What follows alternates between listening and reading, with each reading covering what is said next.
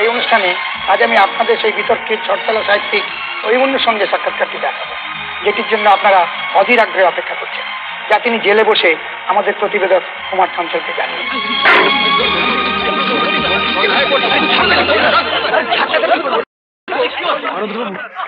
আপনি যে অভিমন্যু সেটা আমাদের জানা ছিল না, তার জন্য আপনি আমাদের ক্ষমা করে দিন। হ্যাঁ, আনন্দবাবু, আপনি কি জানেন যে আপনার বই মায়ের পায়ে রক্ত জবা বিশেষ সম্মান পেয়েছে, যার পুরস্কারের মূল্য হচ্ছে 3 লক্ষ টাকা? না না না, কাল আপনাকে বিশেষ সম্মান প্রদর্শন করাবে নজরুল সদনে, সেখানে আপনাকে কাল নিয়ে যাওয়া হবে। বিশ্বাস করুন, আপনারা কি বলছেন আমি কিছুই বুঝতে পারছি না। বুঝতে পারবেন, কালকে সব ব্যাপারটা বুঝতে পারবেন। দেখুন, সকলের একটাই প্রশ্ন, আপনার উপন্যাসের শেষ 4 পাতা সাদা কেন? আমার যা বলার আমি কাল ওই পুরস্কার অনুষ্ঠানে বলবো। লেখক আনন্দ রায়, লেখক আনন্দ রায়।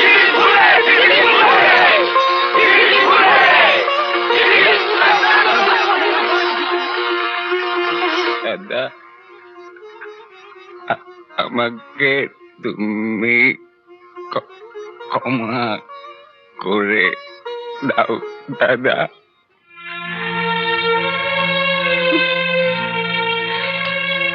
ভাই, আমি তো তোকে কবে ক্ষমা করে দিয়েছি ভাই। আমি জানি তুই না জেনে অন্যায় করেছিস।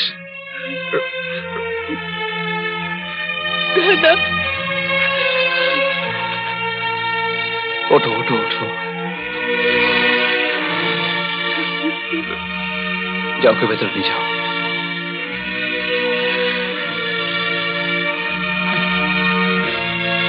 যা।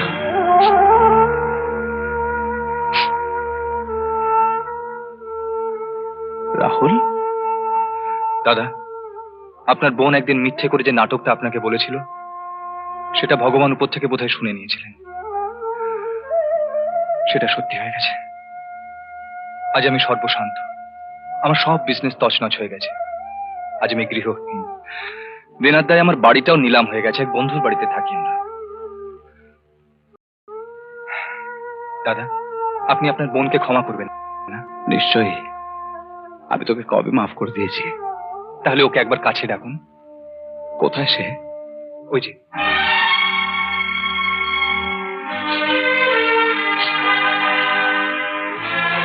বোন,